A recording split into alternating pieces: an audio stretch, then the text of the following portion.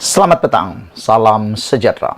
Berita paling malang untuk Najib sekali lagi.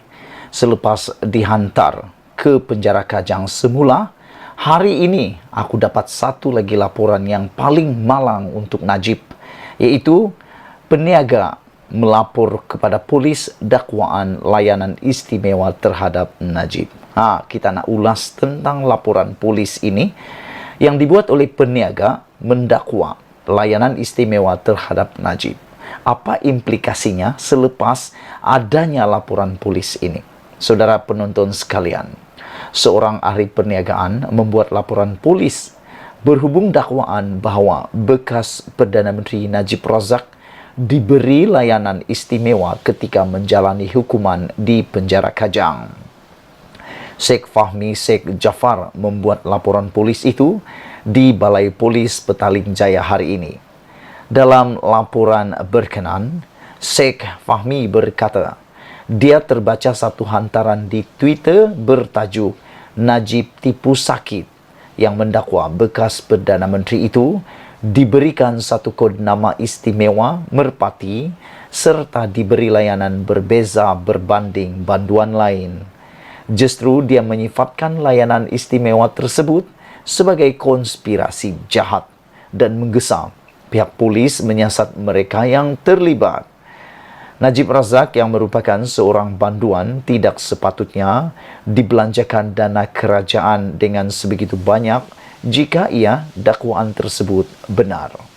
Konspirasi jahat untuk memberikan layanan istimewa kepada Najib Razak ini jelas menunjukkan wujud elemen salah guna kuasa dan pecah amanah dalam tugasan oleh pihak atasan, termasuk Perdana Menteri, Menteri Kesihatan, pengarah Kementerian Kesihatan, pegawai-pegawai tinggi kerajaan, pihak penjara dan beberapa pihak lain yang perlu disiasat oleh pihak polis yang turut sama terlibat dalam pengkhianatan tugas dan amanah kepada rakyat dan negara, katanya dalam laporan polis tersebut.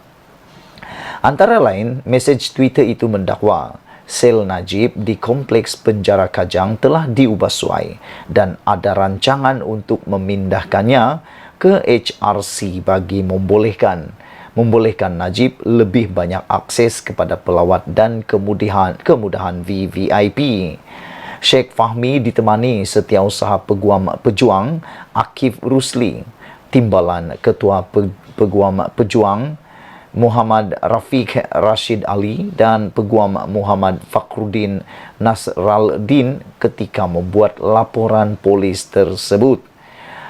Pada itu, Sheikh Fahmi berkata, siasatan perlu dilakukan terhadap pihak yang terlibat dalam memberikan layanan istimewa tersebut dan bukan individu yang mendedahkan perkara itu. Najib kini menjalani hukuman penjara 12 tahun selepas Mahkamah Persekutuan mengekalkan sabitan dan hukuman terhadapnya dalam kes dana SRC Internasional berjumlah RM42 juta. Najib dihantar ke Hospital Kuala Lumpur 2 minggu lalu atas alasan berkaitan masalah perut yang menurut keluarganya disebabkan tekanan.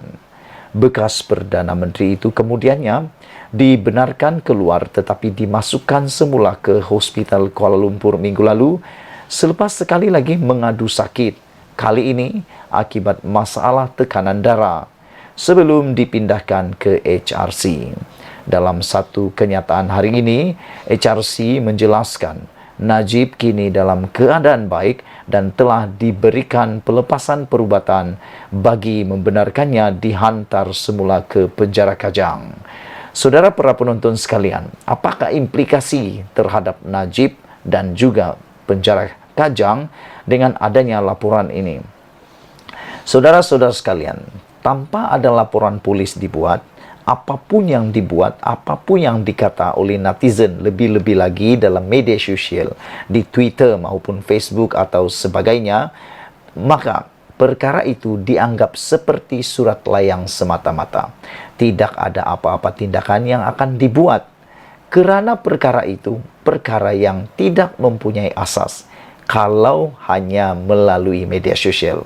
Namun, dengan adanya laporan polis dibuat oleh individu ini bersama dengan 3 peguam bersamanya, mahu tidak mahu, tidak terlepas kali ini, pihak polis harus membuat siasatan kerana ianya telah masuk dalam media, dibuat sidang media, dan lebih penting lagi diiringi oleh peguam dan sudah ada laporan bertulis. Makna kata, tidak ada pilihan lagi untuk pihak kerajaan yang terlibat, khususnya Kementerian Dalam Negeri dan juga khususnya Jabatan Polis Diraja Malaysia untuk perlu menangani laporan ini, perlu memanggil orang-orang terlibat bagi mendapatkan penjelasan dan seterusnya membuat siasatan. Dan sekiranya menurut pelapor ini, sekiranya terdapat unsur salah guna kuasa, penyelewengan kuasa orang tertentu, itu perlu diambil tindakan dan dihadapkan ke muka pengadilan, katanya lagi. Jadi di saat Zahid Hamidi bersorak kegembiraan kerana telah dilepaskan dalam kes 40 pertuduhan kes rasuahnya, Najib pula menangis di penjara Kajang. Bukan saja susah hidupnya di sana, tetapi juga kini semua mata memerhati pada Najib. Apapun Najib lakukan tidak akan terlepas daripada netizen, kerana harus diingat, waktu Anwar Ibrahim dimasukkan dalam penjara beberapa tahun yang lepas, kuasa netizen pada waktu itu tidak sehebat pada waktu ini.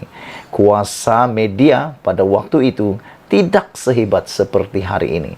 Pada hari ini, hanya ambil sedetik, hanya ambil masa 1-2 detik, tersebar seluruh maklumat di seluruh Malaysia, bahkan ke seluruh dunia. Semua orang boleh membaca, semua orang boleh menilai.